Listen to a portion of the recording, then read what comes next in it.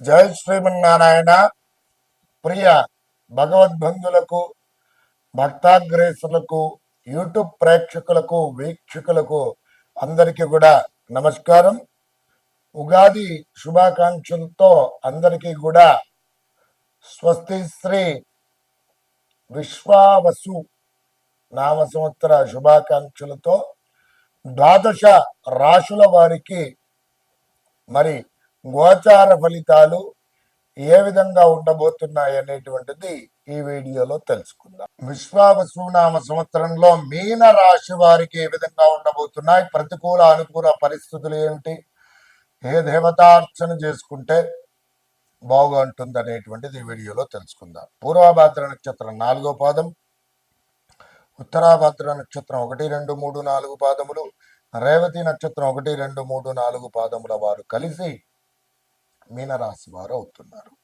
మరి వీరి యొక్క జాతక లక్షణాలు కనుక గమనించినట్లయితే వీరికి మధుర పదార్థాలతో అమితమైనటువంటి ఇష్టము, శాకాహారం భుజించేటువంటి వారు, ఎక్కువగా పాల ఉత్పత్తులపైన ఆసక్తి ఎక్కువగా ఉంటుంది. సొగసైన ముఖవర్చస్సు, అందమైనటువంటి సుందరమైనటువంటి దేహదారుఢ్యం కలిగినటువంటి వారు, శత్రువులను జయించేవారు, అందమైనటువంటి సుందరమైనటువంటి నేత్రములు కలిగినటువంటి వారు, మంచి విద్యావంతులు, తత్వవేత్తలు, వేదశాస్త్రవేత్తలుగా చెప్పుకోవచ్చు. మంచి ఆచార నిష్ట కలిగినటువంటి వ్యక్తులు, ఉపనిషత్తులు, తత్వశాస్త్రం నెరిగినటువంటి వారు, న్యాయశాస్త్రం తెలిసినటువంటి వారు, ఇలాంటివి లక్షణాలు కలిగినటువంటి వారు మీనరాశి వారై ఉంటారు. ఇవి వీరి యొక్క జాతక లక్షణాలు. ఈ రాశి వారికి మరి ఈ సంవత్సరం విశ్వావసునామ సంవత్సర ఉగాది నుండి మే 15వ తేదీ 2025 వరకు కూడా తృతీయ స్థానంలో గురుడు ఉండడం పూర్వకంగా ప్రతికూల పరిస్థితులు ఏర్పడుతున్నాయి. అలాగే తదుపరి చతుర్థ స్థానంలో సంచారం పూర్వకంగా దేవగురువు అయినటువంటి బృహస్పతి ప్రతికూల పరిస్థితులే కలగజేస్తున్నాడు. ఏమిటనగా తృతీయ స్థానంలో అతిక్లేశం, బంధువైరం, దారిద్ర, దేహపీడనం, ఉద్యోగ భంగ కలహం తృతీయ స్థానకే గురువు. అంటే అనుకోని విధంగా కష్టములు అనేటువంటి సంభవించడం, బంధువులతో వైరం అనేటువంటిది కలగడం, దారిద్రాన్ని అనుభవించాల్సి రావడము, మరి అనుకోని విధంగా అనారోగ్య సమస్యలు తలెత్తడం, ఉద్యోగంలో కీర్తి ప్రతిష్టాదులు దెబ్బతినడం, ఉద్యోగంలో ఇబ్బందికర వాతావరణాలు ఎదుర్కోవడం, ఇవి తృతీయ స్థానంలో ఉండటం పూర్వకంగా.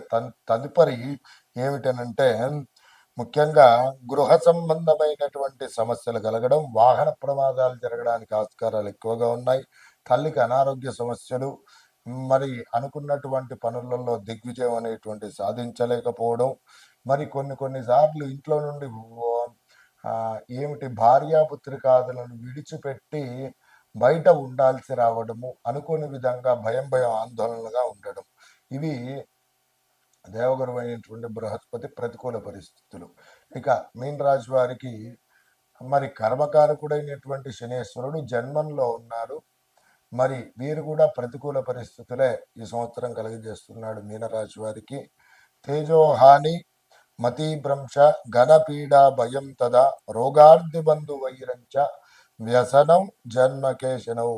అంటే అనుకోని విధంగా కొన్ని దురలవాట్లు చేసుకోవడం, మతిభ్రంశనము కావడము, చేసేటువంటి పని పైన శ్రద్ధాశక్తి కోల్పోవడం, వ్యాపారం చేయాలన్నా, ఉద్యోగం చేయాలన్నా సరే, భార్యాభర్తలు అనుకూలంగా ఉండాలన్నా, సత్సంతాన ప్రాప్తికైనా ఈ విధంగా ఏ విధంగా చూసుకున్నట్లయితే అన్నిటికీ కూడా ఆసక్తి అనేటువంటిది తగ్గిపోవడం, అనారోగ్య సమస్యలు తలెత్తడం, ముఖంలో తేజస్సు కాంతి హీనంగా కావడము, అనుకోని విధంగా భయం ఆందోళన అనేటువంటిది లభించడం, శత్రువుల యొక్క బాధ పెరగడం, అలాగే బంధువులతో కూడా గొడవలు పడాల్సి రావడం, ఆర్థిక పరంగా నష్టపోవడం, ఇలాంటివి మీనరాశి వారికి కర్మకారకుడైనటువంటి శని కలుగజేస్తున్నాడు.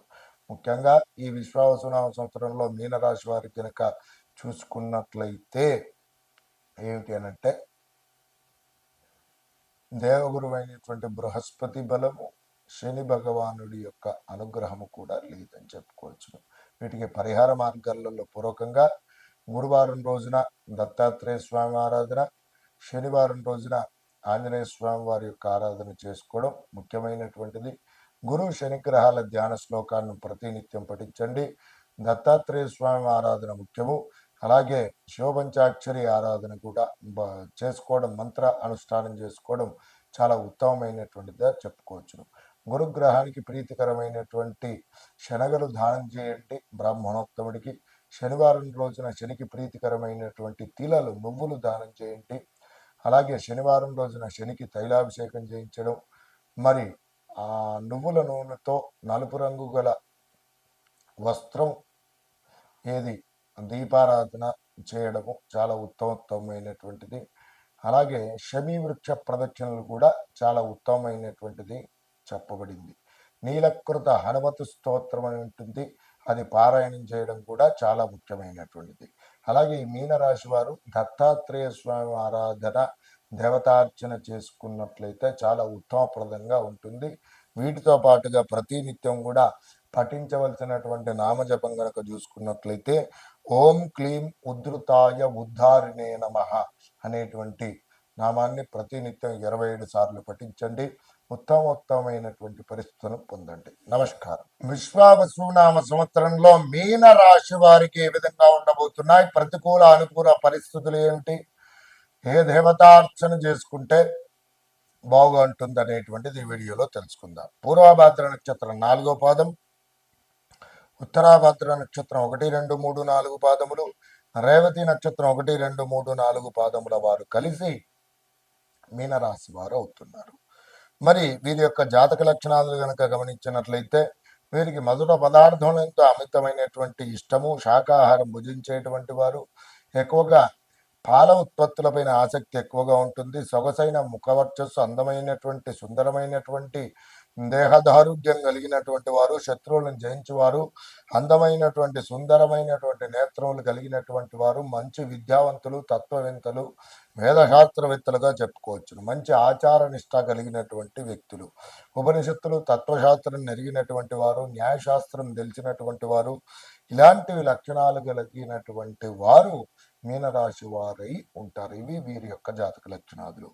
ఈ రాశి వారికి మరి ఈ సంవత్సరం విశ్వావసునామ సంవత్సర ఉగాది నుండి మే 15వ తేదీ 2025 వరకు కూడా తృతీయ స్థానంలో గురుడు ఉండడం పూర్వకంగా ప్రతికూల పరిస్థితులు ఏర్పడుతున్నాయి.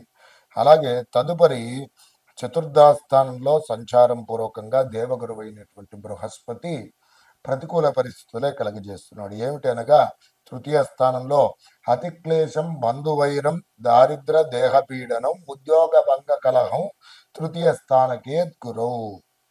అంటే అనుకోని విధంగా కష్టములు అనేటువంటి సంభవించడం, బంధువులతో వైరం అనేటువంటిది కలగడం, దారిద్రాన్ని అనుభవించాల్సి రావడము, మరి అనుకోని విధంగా అనారోగ్య సమస్యలు తలెత్తడం, ఉద్యోగంలో కీర్తి ప్రతిష్టాదులు దెబ్బతినడం, ఉద్యోగంలో ఇబ్బందికర వాతావరణాలు ఎదుర్కోవడం, ఇవి తృతీయ స్థానంలో ఉండటం పూర్వకంగా. తదుపరి ఏమిటనంటే ముఖ్యంగా గృహ సంబంధమైనటువంటి సమస్యలు కలగడం, వాహన ప్రమాదాలు జరగడానికి ఆస్కారాలు ఎక్కువగా ఉన్నాయి, తల్లికి అనారోగ్య సమస్యలు, మరి అనుకున్నటువంటి పనులలో దిగ్విజయం అనేటువంటి సాధించలేకపోవడం, మరి కొన్నిసార్లు ఇంట్లో నుండి ఏమిటి భార్యాపుత్రికాదులను విడిచిపెట్టి బయట ఉండాల్సి రావడము, అనుకోని విధంగా భయం ఆందోళనగా ఉండడం, ఇవి దేవగురు అయినటువంటి బృహస్పతి ప్రతికూల పరిస్థితులు. ఇక మీన రాశి వారికి మరి కర్మకారకుడైనటువంటి శనేశ్వరుడు జన్మంలో ఉన్నారు. మరి వీరు కూడా ప్రతికూల పరిస్థితులే ఈ సంవత్సరం కలిగజేస్తున్నాడు మీనరాశి వారికి. తేజోహాని, మతీభ్రంశ, ఘనపీడ, భయం తదా, రోగార్ధి బంధు వైరంచ, వ్యసనం జన్మకేశనవు. అంటే అనుకోని విధంగా కొన్ని దురలవాట్లు చేసుకోవడం, మతిభ్రంశనము కావడము, చేసేటువంటి పని పైన శ్రద్ధాశక్తి కోల్పోవడం, వ్యాపారం చేయాలన్నా, ఉద్యోగం చేయాలన్నా సరే, భార్యాభర్తలు అనుకూలంగా ఉండాలన్నా, సత్సంతాన ప్రాప్తికైనా, ఈ విధంగా ఏ విధంగా చూసుకున్నట్లయితే అన్నిటికీ కూడా ఆసక్తి అనేటువంటిది తగ్గిపోవడం, అనారోగ్య సమస్యలు తలెత్తడం, ముఖంలో తేజస్సు కాంతి హీనంగా కావడము, అనుకోని విధంగా భయం ఆందోళన అనేటువంటిది లభించడం, శత్రుల యొక్క బాధ పెరగడం, అలాగే బంధువులతో కూడా గొడవలు పడాల్సి రావడం, ఆర్థిక పరంగా నష్టపోవడం, ఇలాంటివి మీనరాశి వారికి కర్మకారకుడైనటువంటి శని కలుగజేస్తున్నాడు. ముఖ్యంగా ఈ విశ్వావసునామ సంవత్సరంలో మీనరాశి వారికి కనుక చూసుకున్నట్లయితే ఏమిటి అనంటే, దేవగురువైనటువంటి బృహస్పతి బలము, శని భగవానుడి యొక్క అనుగ్రహము కూడా లేదని చెప్పుకోవచ్చును. వీటికి పరిహార మార్గాలలో పూర్వకంగా గురువారం రోజున దత్తాత్రేయ స్వామి ఆరాధన, శనివారం రోజున ఆంజనేయ స్వామి వారి యొక్క ఆరాధన చేసుకోవడం ముఖ్యమైనటువంటిది. గురు శనిగ్రహాల ధ్యాన శ్లోకాలను ప్రతినిత్యం పఠించండి. దత్తాత్రేయ స్వామి ఆరాధన ముఖ్యము. అలాగే శివపంచాక్షరి ఆరాధన కూడా చేసుకోవడం, మంత్ర అనుష్ఠానం చేసుకోవడం చాలా ఉత్తమమైనటువంటిదిగా చెప్పుకోవచ్చును. గురుగ్రహానికి ప్రీతికరమైనటువంటి శనగలు దానం చేయండి బ్రాహ్మణోత్తముడికి. శనివారం రోజున శనికి ప్రీతికరమైనటువంటి తిలలు, నువ్వులు దానం చేయండి. అలాగే శనివారం రోజున శనికి తైలాభిషేకం చేయించడం, మరి ఆ నువ్వుల నూనెతో నలుపు రంగు గల వస్త్రం ఏది దీపారాధన చేయడము చాలా ఉత్తమమైనటువంటిది. అలాగే శమీ వృక్ష ప్రదక్షిణలు కూడా చాలా ఉత్తమమైనటువంటిది చెప్పబడింది. నీలకృత హనుమతు స్తోత్రం అని ఉంటుంది, అది పారాయణం చేయడం కూడా చాలా ముఖ్యమైనటువంటిది. అలాగే ఈ మీనరాశి వారు దత్తాత్రేయ స్వామి ఆరాధన, దేవతార్చన చేసుకున్నట్లయితే చాలా ఉత్తమప్రదంగా ఉంటుంది. వీటితో పాటుగా ప్రతినిత్యం కూడా పఠించవలసినటువంటి నామజపం గనక చూసుకున్నట్లయితే ఓం క్లీం ఉద్ధృతాయ ఉద్ధారిణే నమః అనేటువంటి నామాన్ని ప్రతినిత్యం 27 సార్లు పఠించండి. ఉత్తమోత్తమైనటువంటి పరిస్థితులను పొందండి. నమస్కారం.